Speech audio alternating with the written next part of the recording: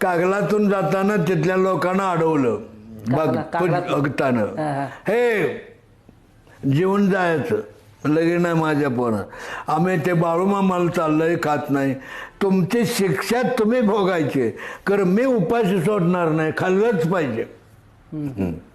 मग त्यातले लोक खाल्ले, काही नाही खाल्ले.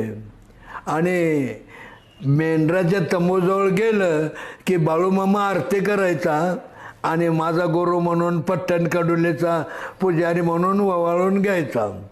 त्या वर्षी ववाळा आला नाही, आरती नाही, काठी घेऊनच आला.